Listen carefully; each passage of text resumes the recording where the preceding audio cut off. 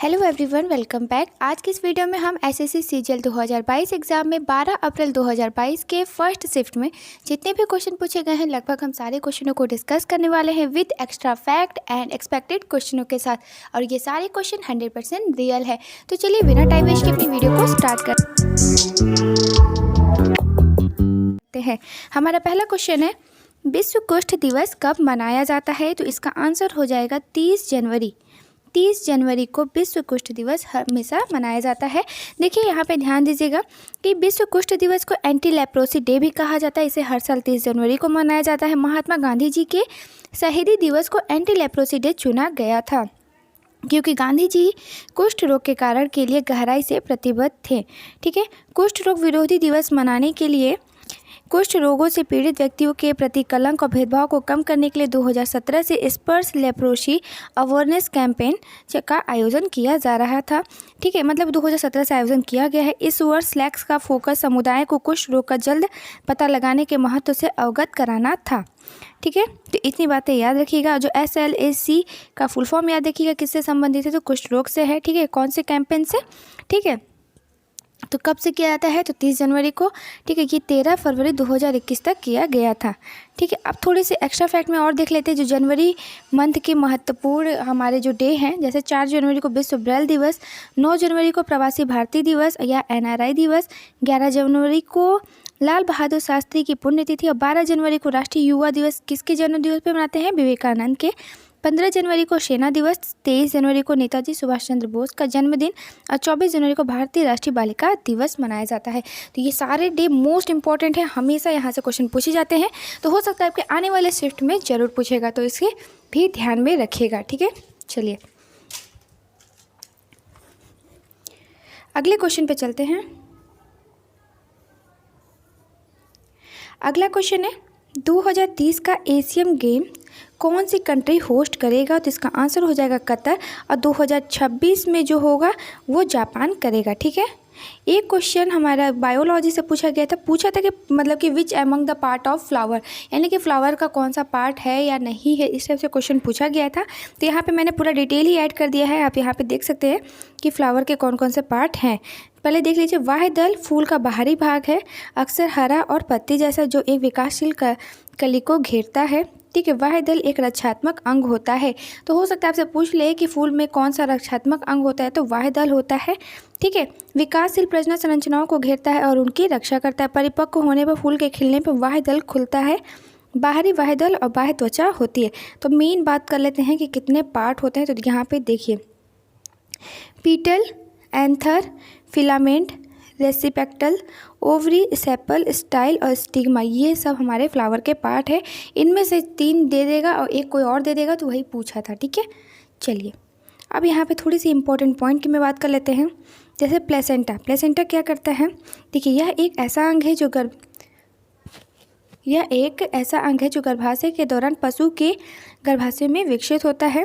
ठीक है, यह संरचना बढ़ते बच्चों को ऑक्सीजन और पोषक तत्व प्रदान करता है और बच्चे के रक्त में अपशिष्ट उत्पादों को निकालती है। यह गर्भाशय की दीवार से जुड़ जाता है और बच्चे की गर्भनाल इससे उत्पन्न होती है। तो एक क्वेश्चन नाल से पूछा गया था ना। ठीक है, अब है फैलोपियन ट्यूब। फैलोपियन ट्यूब क्या करता है? गर्भाशय नली, जिसे अंडाशय से गर्भाशय तक एक अंडे को ले जाती है। महिलाओं के शरीर में 2 गर्भाशय नलिकाएं होनी चाहिए। फैलोपियन ट्यूब का एक भाग, जिसे एम्पुला कहा जाता है, आमतौर पर एक अंडाणु द्वारा एक पुरुष के शुक्राणु द्वारा निषेचित किया जाता है। परिणाम स्वरूप निषेचित अंडा फिर गर्भाशय में चला जाता है, जहां यह जन्म तक विकसित होता रहता है। थैलेमस, थैलेमस क्या होता है? इसकी स्थिति मस्तिष्क के केंद्र के पास और मिड ब्रेन के ऊपर होती है। यह लगभग सभी सूचनाओं के लिए एक रिले स्टेशन के रूप में कार्य करता है, जो कॉर्टेक्स में आता है और जाता है। यह दर्द, संवेदना, ध्यान, सतर्कता और स्मृति में भूमिका निभाता है। तो आपसे पूछ सकता है कि दर्द, संवेदना, ये सब में कौन हेल्प करता है? तो थैलेमस करता है। ठीक है, अब यहाँ पे देखिए, पत्ती एक फूल के भाग है जो अक्सर अविशिष्ट रूप से रंगीन होती है। पुंकेसर एक फूल का पराग निर्माण वाला भाग है। आमतौर पर एक पतला केसर के साथ परागकोश का समर्थन करता है।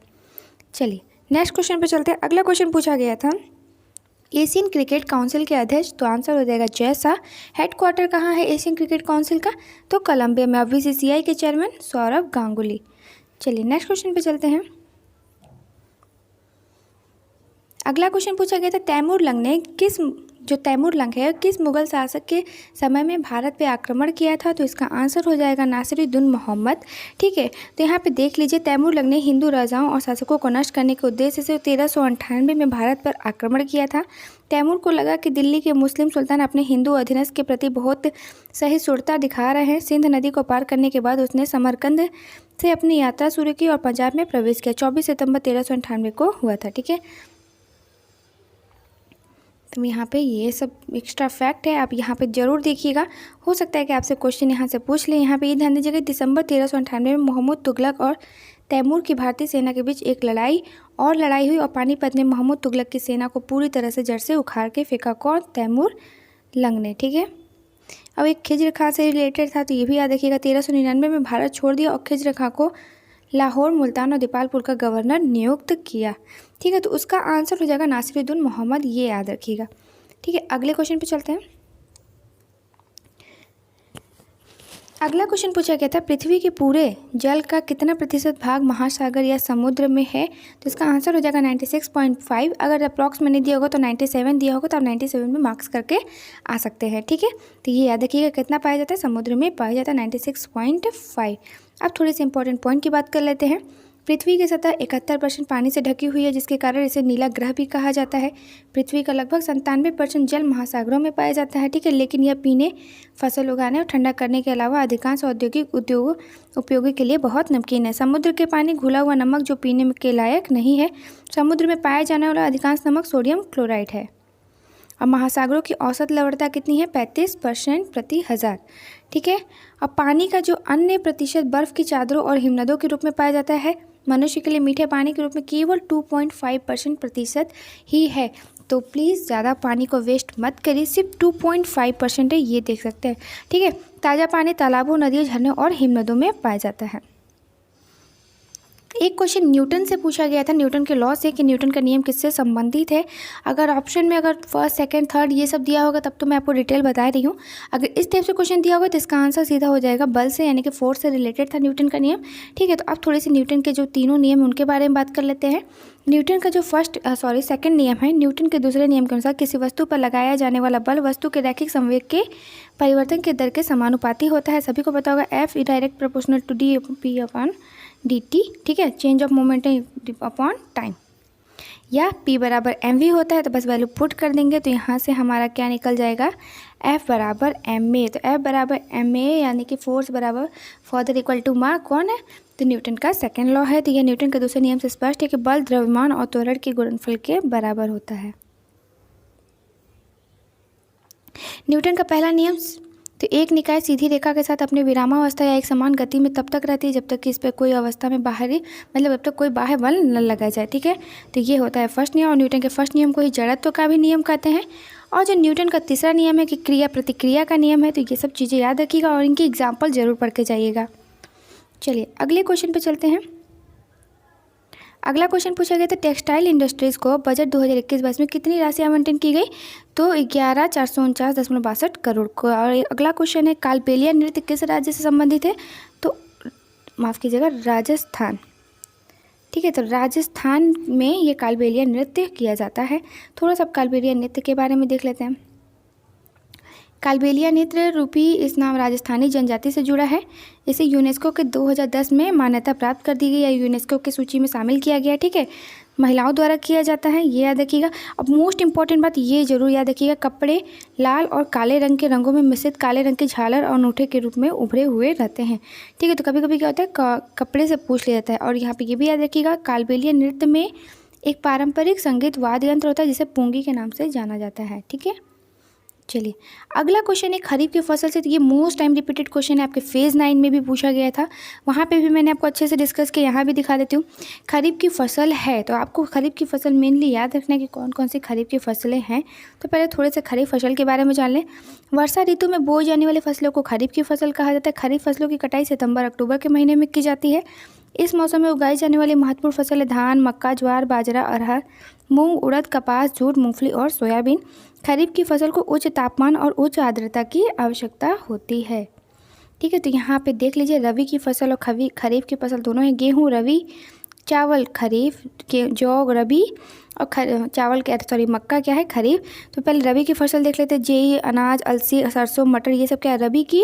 और नाशपाती, बाजरा, दाल, अरहर, कपास, ये सब क्या है, हमारे खरीफ की। ठीक है, तो देखिए भारत में 3 फसली मौसम है, रबी, खरीफ और जायद। ठीक है, तो याद रखिएगा रबी की फसल कैसी है और खरीफ की फसल कैसी है और जायद की फसल कैसी है। अगला क्वेश्चन पूछा गया था, राखी गढ़ी किस राज्य में स्थित है? तो इसका आंसर हो जाएगा हरियाणा के हिसार जिले में। ठीक है, हिसार जिले में राखी गढ़ी है। तो राखी गढ़ी हरियाणा में स्थित सिंधु घाटी स्थल है। राखी गढ़ी, राखी साहपुर और राखी खास, ठीक है, इनसे मिलकर बना है। तो भारत के हरियाणा राज्य के हिसार जिले का एक गांव है जो दिल्ली के उत्तर पश्चिम में 150 किलोमीटर की दूरी पर स्थित है। ठीक है, ये बातें याद रखिएगा।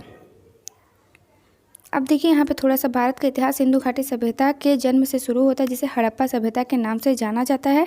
यह समकालीन पाकिस्तान और पश्चिमी भारत के दक्षिण एशिया और पश्चिम भाग में 2500 ईसा पूर्व फूला।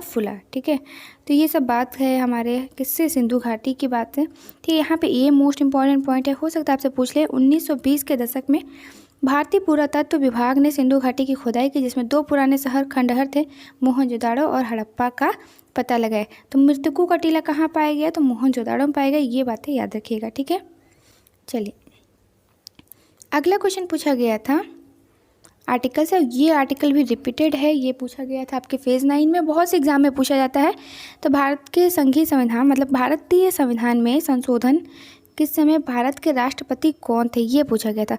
मतलब कि जो भारत का संविधान संशोधन हुआ था, कौन सा 100वां संविधान संशोधन हुआ था, उस समय भारत के राष्ट्रपति कौन थे? तो उसका आंसर हो जाएगा प्रणब मुखर्जी। भारत के जो 13वें राष्ट्रपति हैं वो 100वें संविधान संशोधन के समय थे। ये बातें याद रखिएगा। ठीक है, चलिए यहाँ पे प्रणब मुखर्जी के बारे में मैंने बहुत अच्छे से डिटेल दिया हुआ है, आप एक बार PDF में ज़रूर पढ़िएगा। ठीक है, अब अगले क्वेश्चन पे चलते हैं। अगला क्वेश्चन है राष्ट्रकूट वंश के शासक के बारे में पूछा गया था। तो यहाँ पे मैंने सारे राष्ट्रकूट शासक लिख दिए हैं, तो फटाफट एक बार देख लेते हैं। ठीक है, दंती, दुर्ग, कृष्ण प्रथम, गोविंद द्वितीय, ध्रुव, धारावर्ष, गोविंद तृतीय, अमोघ वर्ष, कृष्ण द्वितीय, ये सब राष्ट्रकूट शासक हैं। ठीक है, तो इनके बारे में जरूर पढ़ के जाइएगा। और एक इंपॉर्टेंट शासक है पाल वंश का संस्थापक पूछता है, तो याद रखिएगा गोपाल। ठीक है, ये भी कई बार पूछा जाता है, पाल वंश के हैं वो। अगले क्वेश्चन पे चलते हैं। भारत देश की GDP रुपया डॉलर किस में दिखाई, रुपया या डॉलर किस में दिखाई जाती है? तो इसका आंसर हो जाएगा डॉलर में। और वर्तमान में कितना डॉलर है? तो 2.94 लाख करोड़ डॉलर है इस समय। अगला क्वेश्चन पूछा गया था आर्टिकल से, ये भी मोस्ट टाइम रिपीटेड आर्टिकल है 362। तो ये संशोधन से रिलेटेड आर्टिकल है। भाग पूछेगा तो भाग 20 में। ठीक है, चलिए तो यहाँ पे भी मैंने सारे डिटेल ऐड कर दिए, आप एक बार जरूर PDF में पढ़िएगा। ठीक है, तो चलिए अपने नेक्स्ट क्वेश्चन पे चलते हैं। अगला क्वेश्चन पूछा गया था कि दिल्ली भारत की राजधानी कब बनी? तो 1912 में दिल्ली भारत की राजधानी बनी। लेकिन यहाँ पे ये देख लीजिएगा पॉइंट कि 12 दिसंबर 1911 को दिल्ली दरबार के दौरान भारत की राजधानी को कोलकाता से दिल्ली स्थानांतरित करने की घोषणा की गई थी। घोषणा पूछता है तो 1911 को। ठीक है, और 13 फरवरी 1931 को भारत के वायसराय लॉर्ड इरविन ने देश की नई राजधानी के रूप में दिल्ली का उद्घाटन किया। तो कब किया? 13 फरवरी 1931 को। अब भारत की राजधानी नई दिल्ली बनने से पहले 1911 तक कोलकाता देश की राजधानी थी। ठीक है, तो उस समय 1911 से पहले कहाँ राजधानी भारत की कौन सी थी? कोलकाता। 1916 के सूरत अधिवेशन में मुस्लिम लीग और कांग्रेस के बीच BG तिलक ने समझौता कर लिया। 1931 में कांग्रेस के कराची अधिवेशन की अध्यक्षता सरदार वल्लभ भाई पटेल ने की थी। ठीक है, तो 1931 से भी कल क्वेश्चन पूछा गया था। ठीक है, तो ये सब याद रखिएगा। चलिए अगले क्वेश्चन पे चलते हैं। अगला क्वेश्चन पूछा गया था देवमाली सर्वोच्च पर्वत शिखर किस राज्य में स्थित है? जिसका आंसर हो जाएगा उड़ीसा। मैंने कल के एनालिसिस में भी ये चीज़ बताया हुआ था, जिन लोगों ने देखा होगा उनका अच्छा से सही हुआ होगा ये क्वेश्चन। ठीक है, तो उड़ीसा के कोरापुट जिले में स्थित है। सनकफू पश्चिम बंगाल की सबसे ऊंची चोटी है और डोडा बेटा तमिलनाडु की सबसे ऊंची चोटी है। ये दोनों भी याद रखिएगा, हो सकता है आपसे नेक्स्ट स्टेप में पूछ लिया जाए। अगला क्वेश्चन है असम सरकार ने किस महिला एथलीट को DSP नियुक्त किया? तो हिमा दास। इस क्वेश्चन का राइट आंसर क्या हो जाएगा? हिमा दास को। धिंग एक्सप्रेस किसे कहा जाता है? हिमा दास को कहा जाता है। ये बातें याद रखिएगा।